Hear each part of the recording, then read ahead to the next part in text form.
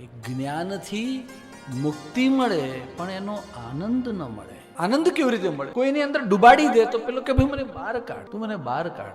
બહાર રહેશો તો એનો આનંદ માણી શકાશે. એટલે જ્ઞાનથી મુક્તિ મળે, ભગવાન ન મળે. કર્મથી સ્વર્ગાદી સુખ મળે, સ્વર્ગ મળે, રાજ્ય મળે, આ બધા કર્મથી મળવા વાળા સુખ છે, પણ ભગવાન ન મળે. સામે ભગવાન આવીને ઉભો રહે એના માટેનું કોઈ એક સાધન હોય તો એનું નામ ભક્તિ માત્ર. તમારા કોઈ પણ ધ્યાનમાં બીજે કોઈ પણ પ્રકારનો બીજો માર્ગ હોય તો મને બતાવો કે જેનાથી ભગવાન આવે. ક્યાંય પણ બીજા બધા માર્ગોની અંદર, ચાહે સાંખ્ય માર્ગ હોય કે યોગ માર્ગ હોય, એની અંદર ઈશ્વરની એટલે શ્રેષ્ઠ સાંખ્ય એ યોગ છે, પણ એમાં ઈશ્વર સામે આવીને નહીં, ઈશ્વરમાં પ્રણિધાન કરવાનું કહ્યું છે.